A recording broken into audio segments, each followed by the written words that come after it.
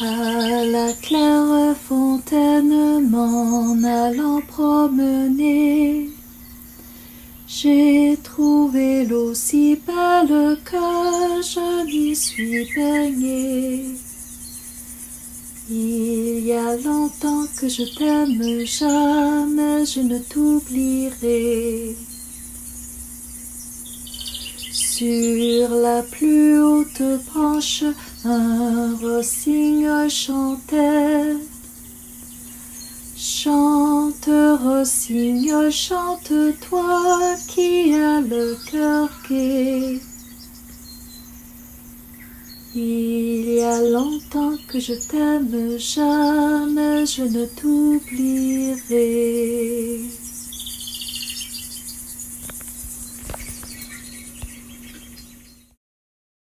Hi, welcome to episode 36 of the Gentle Knitter podcast. My name is Nicole and I'm coming to you from Ottawa, Ontario.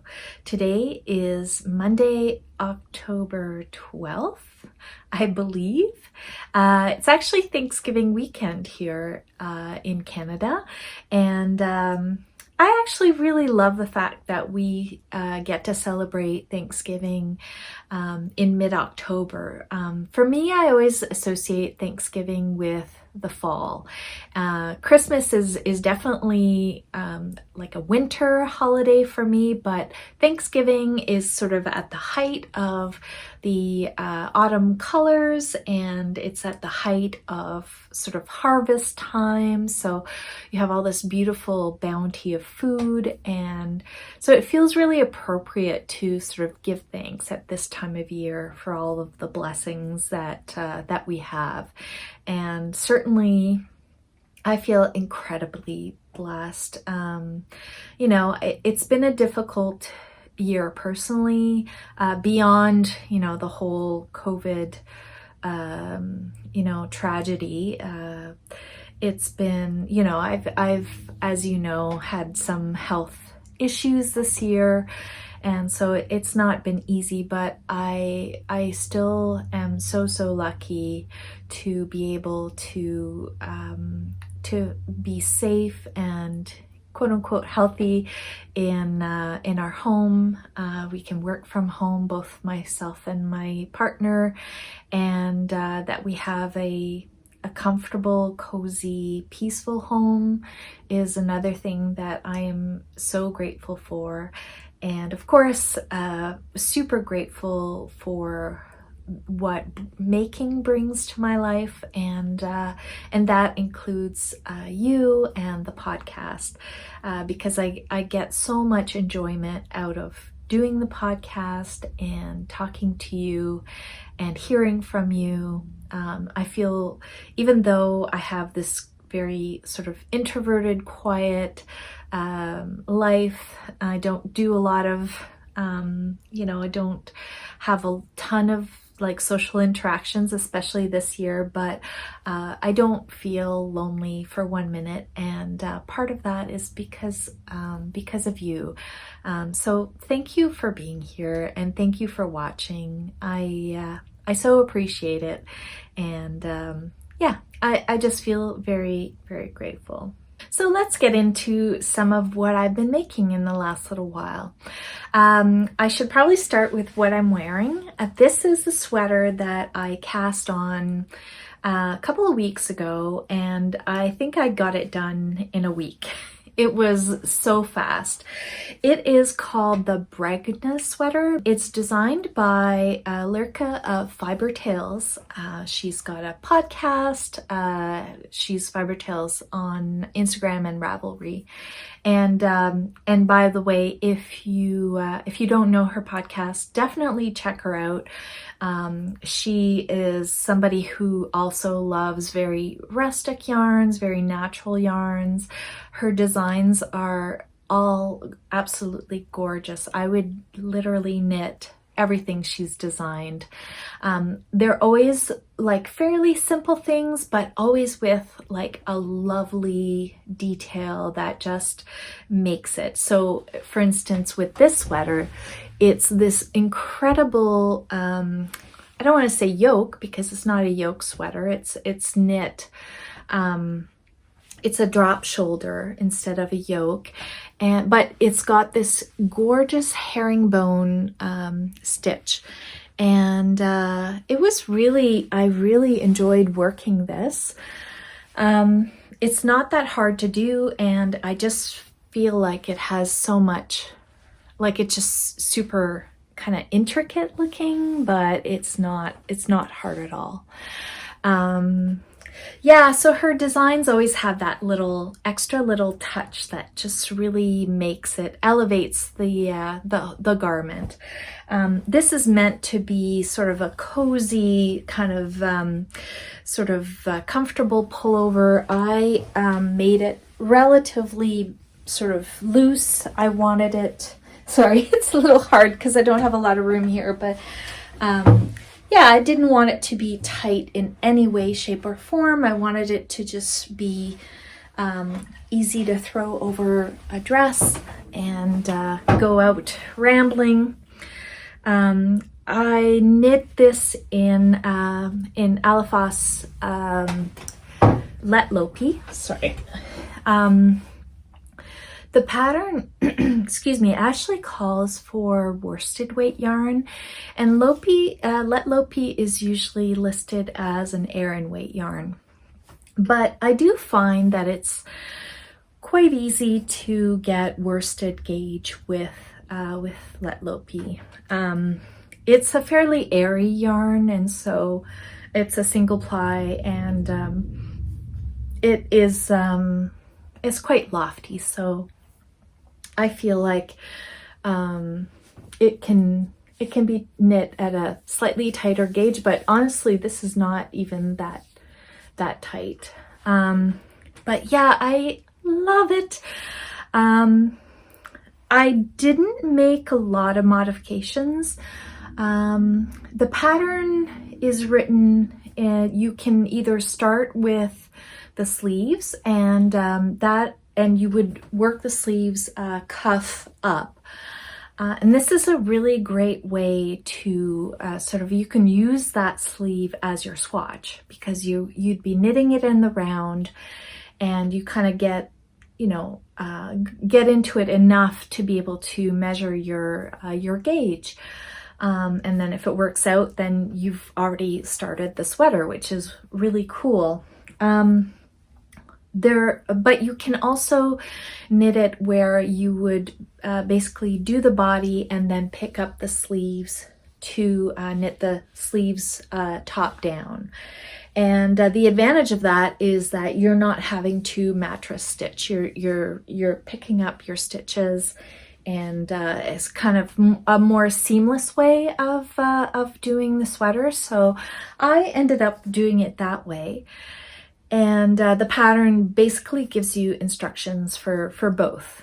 The one change I made was the sleeves have decreases. Well, they would be increases if you were starting cuff and going up, but top down it would be decreases. But basically there's shaping in the sweater, in the sleeves, to make them a bit more fitted. But I've just been really enjoying these kind of puffier sleeves. So I didn't do any of the shaping. I just knit the sleeve till I had the right length. I always make my sleeves slightly shorter. I always like to have a bit of wrist showing, mostly because I find that long sleeves kind of get in the way. And I can more easily just sort of, if I'm doing housework or whatever, I can push up these slightly shorter sleeves. But so what I did with the sleeve is I knit straight, and then when I got to where I wanted to start the cuff, I decreased in one row. I basically eliminated all the extra stitches to get the right number for the cuff as was written in the pattern. So that's kind of my go-to right now in terms of sleeves. I just like that sort of slightly balloon look. So I find it very comfortable and I don't know, cozy. But yeah, this is a really wonderful design, very easy, and I love, love, love the results in the low P. The colorway is, I believe, is something called like heathered oatmeal or something. And just a lovely soft brown. The only other thing I can think of that I wanted to say is that I've never done a pullover in low P. And so one thing I discovered is that this part of my body is sensitive to low P. And I guess in previous my previous low P garments, they've been cardigans, and I always wear my cardigan like, you know, often just buttoned here, and so the neck wouldn't be against my skin, and usually I'm wearing always I'm wearing something underneath the cardigan.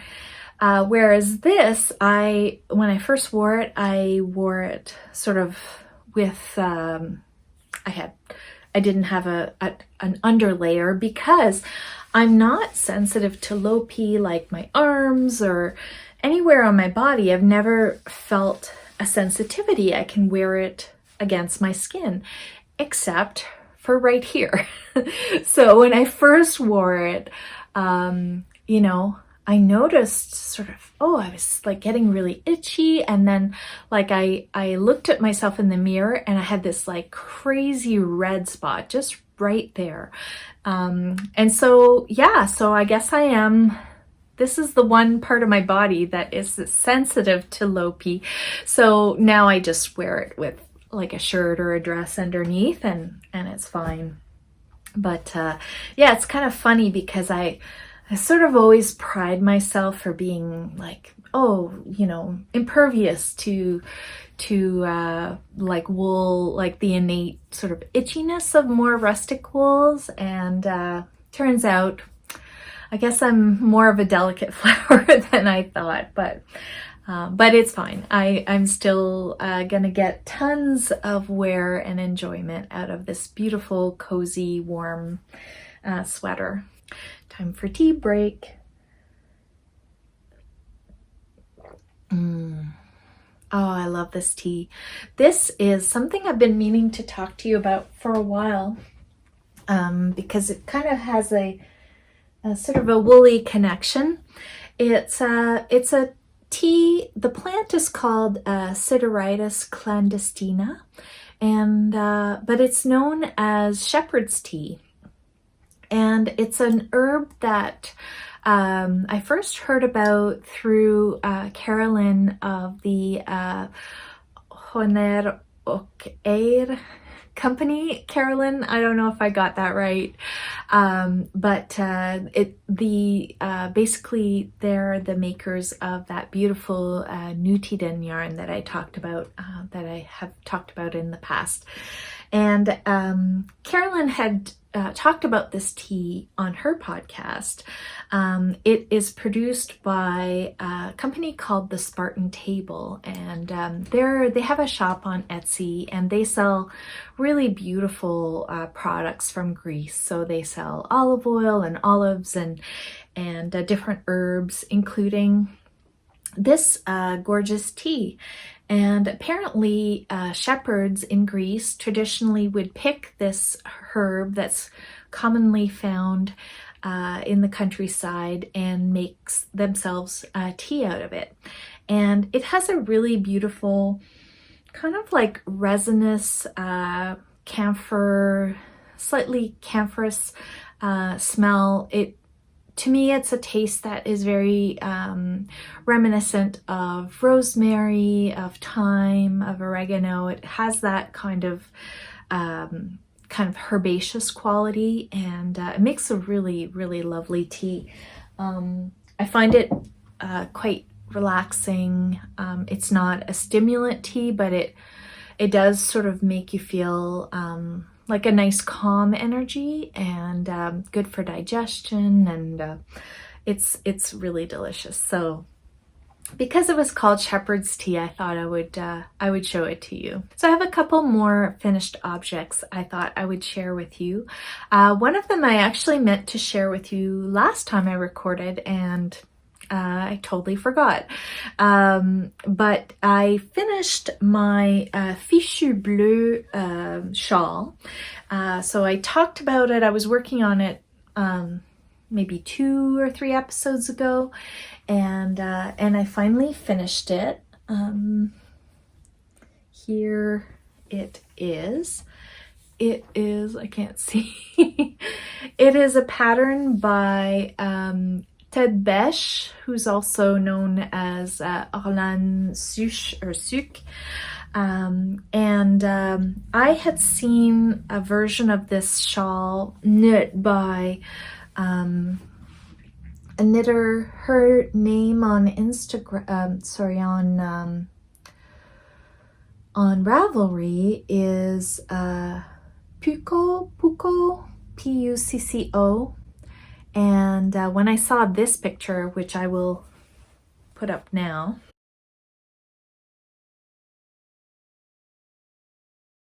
I just wanted the exact same thing.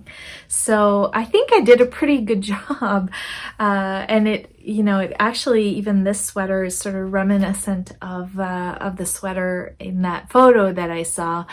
But yeah, I wanted something really, really simple and really soft. And so I had this gorgeous cashmere in my stash. And so, yeah, I was fortunate enough to be able to work with this incredible yarn. The yarn is by Handmaiden. It's a Canadian company, and I've had this yarn in my stash for a very, very long time and was just kind of hoarding it. And I really, really love this kind of the opposite of, talking about low P being itchy. I mean, this is just so soft and luxurious, and just really such a pleasure to wear. It's so drapey, and I love the sort of off-white color. And I love this pattern. I think Orlan is just the best at designing shawls and garments, frankly, that are very, again, sort of what I was saying about Lyrica's designs, like very elegant, simple, but always with a little touch, some texture, some beautiful stitches that really allow your yarn to shine. And that's really the kinds of designs that really appeal to me. Speaking of designs that are beautiful and simple and let the yarn shine, here is my finished Toonsmall hat, and the pattern is designed by Donna Smith, who's a lovely designer from Shetland. And she also designed a scarf wrap that has the same pattern, and I would really love to make that also. This was knit in West Coast Color, and it is their homegrown base. It's a CVM Rombledale yarn, worsted weight, and this is an undyed. They're undyed clip. So they have a dyed version of this yarn, which is also very beautiful. And then these natural colors, it comes in this beautiful vanilla color, and then sort of a light brown, a darker brown, and a more like caramelly color. And I love the crown patterning of this hat, and I love the sort of fit of it. It's very sort of not super slouchy, but just frankly for me just the right amount of slouch. Although I must say that I have a very big head, and so I did an extra repeat. Excuse me. I did an extra repeat of the main pattern before I started doing the crown shaping. With hats, I pretty much always have to do extra body before I start decreasing. And I knit it as written, and then I tried it on and realized it wasn't gonna fit me the way I wanted to and the way it does in the pattern. So, but other than that, I knit it as written. It's beautiful, simple pattern to follow, and I love kind of how this yarn, I talked about it in my last episode, is just got the right amount of poofiness, and so it's slightly fuzzy, but you still get beautiful stitch definition, as you can see. And I actually, I just think this hat is gonna go with so much, and it's just so classic and simple. And yeah, super happy. I would absolutely love, I mentioned it last time, but goodness, wouldn't a traditional Gansey sweater be amazing in this yarn? We'll put that in the wish list, I guess. That's it for finished objects, but I continued to work on my Yell cardigan, which I'm holding in this beautiful project bag from Pajauta Knits, which you can find on Instagram, and there is a link to her Etsy shop. I believe she is having a shop update very soon with other bags in this design, so check her out. She makes the most beautiful things. But yeah, my Yell, my sort of coastal beachy Yell continues. I have finished sort of the main body and started on the sleeve steek here. So basically the body is knit as a tube to be cut open to make it into a cardigan. And then you also have, when you get to the right spot, you start, you increase with more steek stitches for either side. So basically we'll cut that open and then pick up stitches around to knit the sleeve. And yeah, this continues to be a complete joy. I'm still so in love with these colors. They're very subtle. I appreciate that it's probably not to everybody's taste, but they are definitely right up my alley. So really enjoying this. It's a very easy Fair Isle pattern because there are no really large motifs. So it's quite easy to sort of, with every row, to sort of figure out that the repeat is, let's say 4, 2, 4, 3, 1, 3, 4, 2, 4, 3, 1, 3, that kind of thing.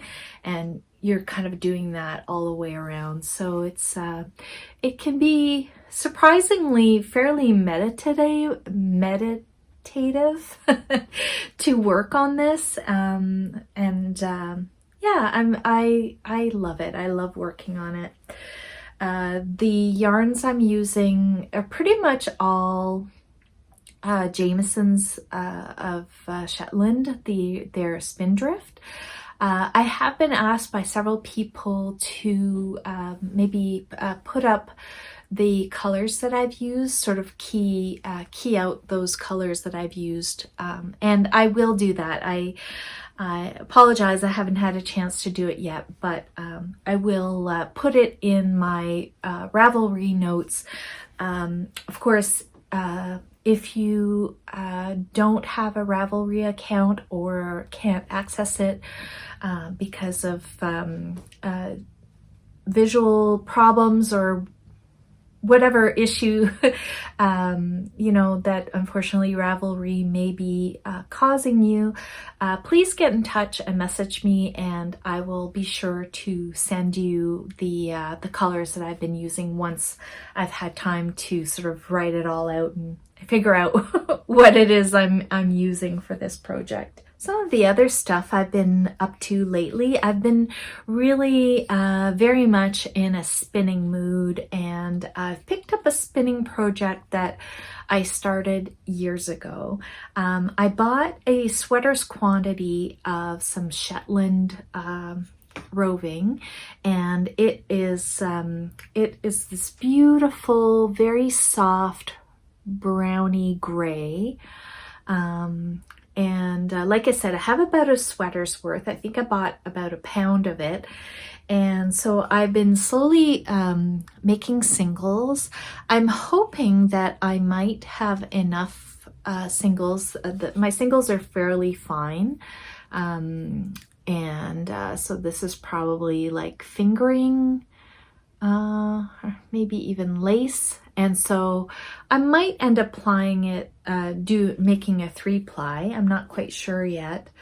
Anyway, I'm hoping to have enough to make a really pretty rustic sweater. It's very, very soft, very beautiful fiber. I'm spinning it in the fold or on the fold.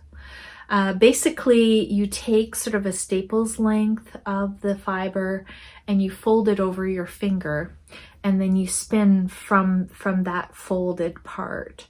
And what ends up happening is, even though this is a worsted prep, so if you know a little bit about spinning, fiber can be prepared to have all of the hairs kind of combed in one direction. This is how this fiber was prepared. It's all kind of the hairs are more or less all parallel to each other.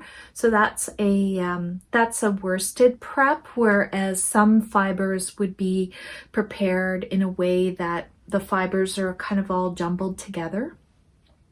And so when you're spinning, you can, when it's worsted prep, you can spin it so that all the fibers stay in that one direction. And what you end up with is like a very strong, of course it broke, but a very strong single, and very smooth and not as lofty, but very kind of durable. You can end up with beautiful, durable yarn. But if you spin it from the fold, what happens is you're folding those hairs over themselves. So you end up introducing a little more air into what you're spinning, because you're folding those staples. So you end up with a slightly fuzzier single that has a little more, has a slightly more rustic look. And a lot of Shetland wool is like a lot of the traditional Shetland sweaters that you see nowadays are spun woolen. So this is a semi-woolen prep, but I think I'm kind of hoping that I will get sort of the best of both, slightly more durable and less likely to pill yarn, but still with some of the warmth and rustic quality of a woolen. Anyway, I am clearly not a spinning expert. Sometimes when I talk about spinning, I will get questions. People ask me advice on spinning, and I'm so not an expert in any way, shape, or form. I'm very intuitive spinner. I just kind of go with whatever it is that the fiber and whatever my hands want to do. I would like to eventually become more of an intentional spinner and sort of be able to plan out with some kind of accuracy what it is I'm going to do. But for now, I don't. I have not been able to dedicate the time and the sort of mental space for learning about intentional spinning. I still very much just do it in a very intuitive and sort of easygoing way. So yeah, so it's something that I do that is completely not technique based, and I really just enjoy the meditative quality of the type of spinning that I do. Somebody who is a beautiful and quite talented spinner, Lindsay, her Instagram account is Artifacts of Appreciation, and she also has a really, really lovely video journal on YouTube called Quarter Past. I highly recommend it. Yeah, Lindsay is the person who clued me in to the beautiful West Coast color yarn that I used for my hat.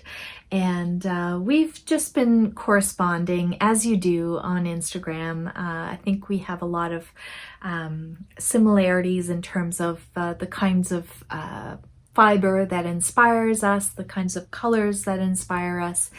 And she sent me something, and it is so beautiful and so special. She sent me 2 skeins of her handspun yarn, and I feel so grateful and lucky to be sent some of her incredible work. So I would definitely check out her Instagram, because she has been putting kits together, spinning kits.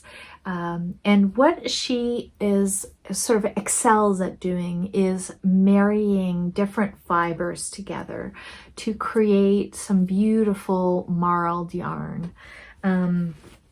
She sent me this incredible care package of the yarn, and in this beautiful project bag. And she also sent me the most beautiful stitch markers, which I forgot they're in a different room, but with some beautiful lavender sachet.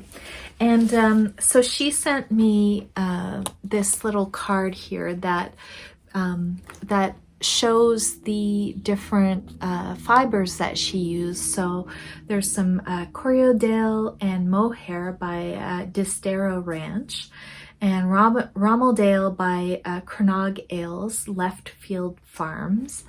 And then the third fiber that she used is from West Coast Color, and it was some dyed fiber that it's a little bit hard to see because it's so beautifully subtle, but you might be able to sort of see there's this beautiful lilac, and there's some very subtle blues and yellows. So it's 2 strands of natural fiber, naturally colored fibers, and then 1 strand of the dyed fiber by West Coast Color.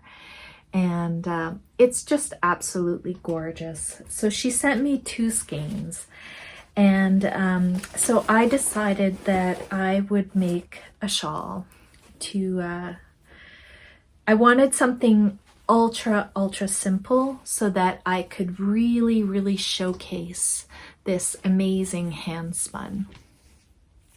So you can see this very subtle and gentle striping there of the hand spun. So I used one full skein to do the body of the shawl. And the shawl I'm making is the Black River blanket shawl.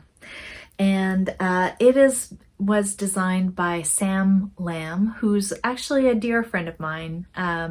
Sam lives in the Toronto area, and we have had a chance to meet up on several occasions through different fiber-related events, but also when she's been visiting, either her visiting Ottawa or myself in Toronto.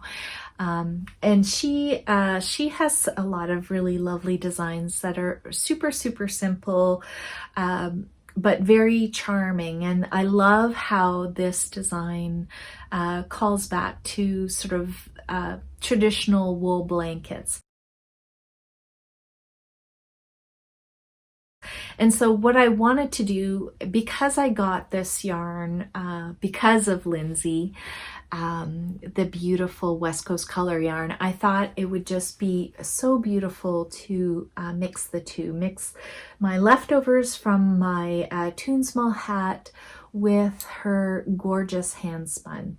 So I will be creating those stripes on this beautiful shawl.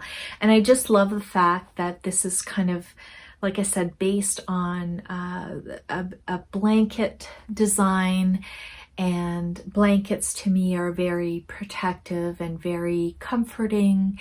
And just to have these fibers from a friend from far away, but that feels like just a lovely thing to wrap myself up in, and to have the design be from another friend. I don't know, I felt like it was just a lovely way to infuse this incredibly precious yarn with some meaning. So I'm sure I'll be showing you this finished sweater.